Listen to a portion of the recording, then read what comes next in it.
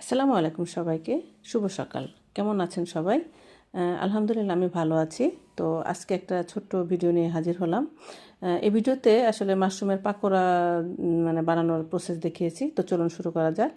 তো কিছু মাশরুম এভাবে মানে ধুয়ে তারপর হচ্ছে পানি ঝরিয়ে চিড়ে নিব, মানে হাত দিয়ে এটা করা যায়।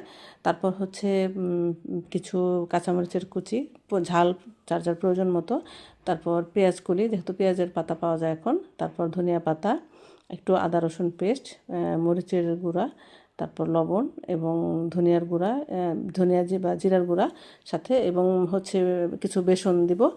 ঘরে আমার এটা ঘরে তৈরি বেসন ছিল, বুটের ডালের, সে বেসন দিয়ে করেছিলাম। তো তারপরে তো বাইন্ডিং করে ডুবো তেলে মচমচো করে ভেজে নেব।